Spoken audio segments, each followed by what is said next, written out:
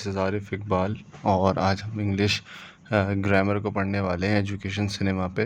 तो इसका lecture number 1 हम आज शुरू करते हैं।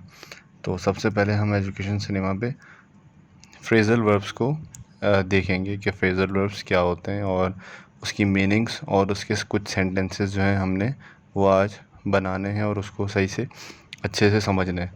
तो first of all we are starting from the word ask for. तो ये जो वर्ड है, ये जो फ्रेज़ल वर्ब है आस्क फॉर, ये कहाँ यूज़ होता है? सबसे पहले ये यूज़ होता है कि जब हम आस्क फॉर समबडी या समथिंग, जब हम किसी से कोई भी चीज़ मांग रहे हो या किसी बंदे के बारे में बात कर रहे हो कि ये बंदा मुझे किसी काम के लिए चाहिए या ये कोई भी चीज़ मुझे जब चाहिए होगी, जब मुझे उसकी नीड होगी, तो मैं ये फ्रेज़ल वर्ब को यूज़ करूँगा। जैसे कि एक उसकी एग्जांपल दी हुई है कि Mary asked her father for money, कि मैरी ने अपने फादर को पैसे के लिए कहा या अपने फादर से पैसे मांगे, ठीक है। या मैरी को अपने फादर से पैसे चाहिए थे।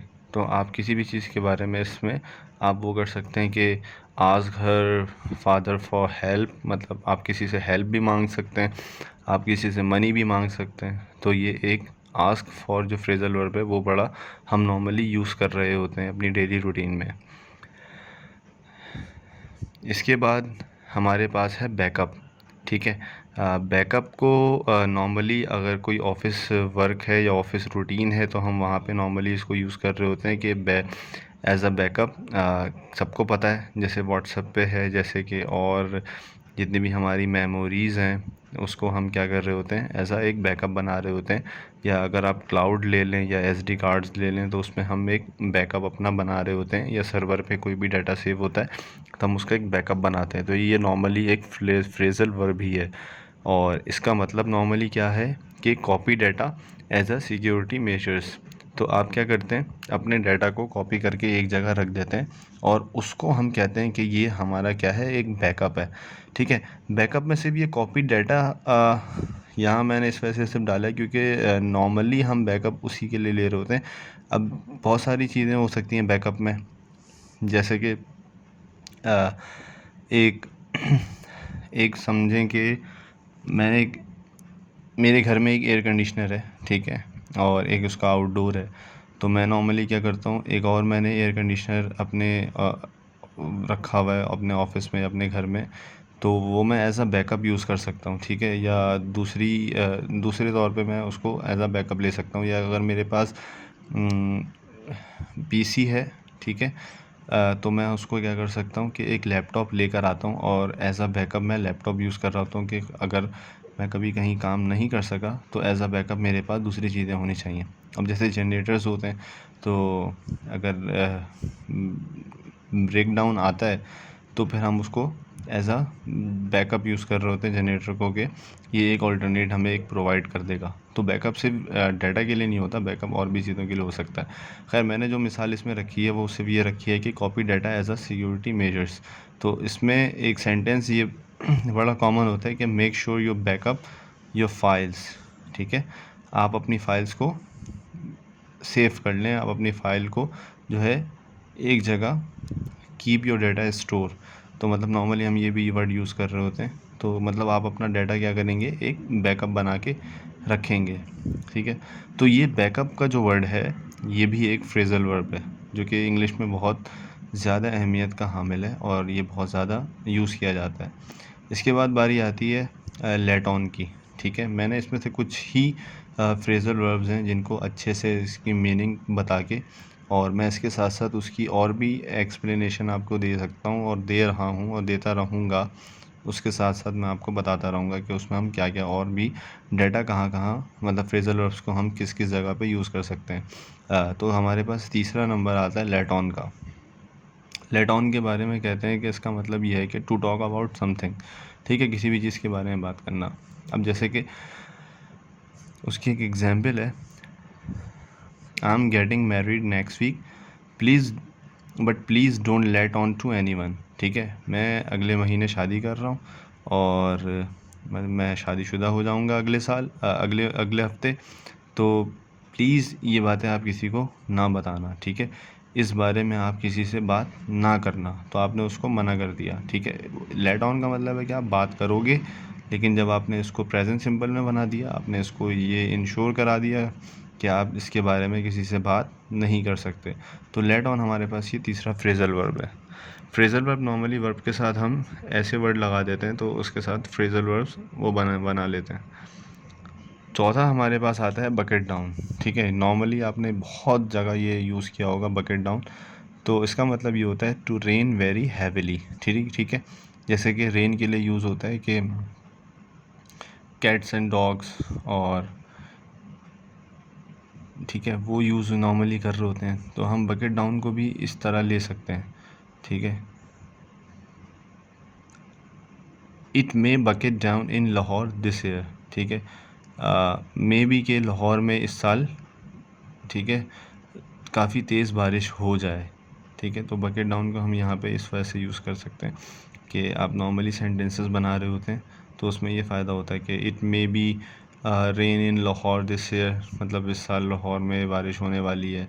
तो आप उससे भी बना सकते हैं, और नॉर्मली आप इस सेंटेंस को आप फ्रेजल वर्ब से भी बना सकते हैं कि it may bucket down in Lahore this year, कि इस साल लाहौर में बारिश होने वाली है और हो सकता है इस साल लाहौर में बारिश हो जाए।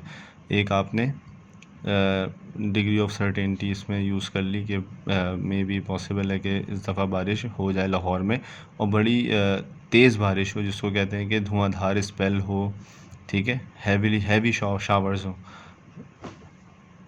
पांचवा हमारे पास जो फ्रेजल वर्ब है वो है कैरी ऑन, जिसका मतलब है कि कंटिन्यू करना। नॉर्मली आपने सुना होगा कैरी ऑन करो यार, कैरी ऑन। तो इसका सेंटेंस ये है कि carry on the good work, ठीक है। ये जो काम आप कर रहे हो इसको जारी रखो, इसको इसको आगे लेके जाओ। तो कैरी ऑन हम नॉर्मली वहाँ पे यूज़ कर सकते हैं, we use carry on there almost.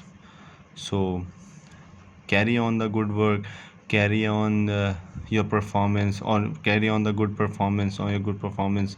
तो इस तरह के आप और भी सेंटेंसेस बना सकते हैं कि अपना ये आप काम अच्छा कर सकते हैं, ठीक है।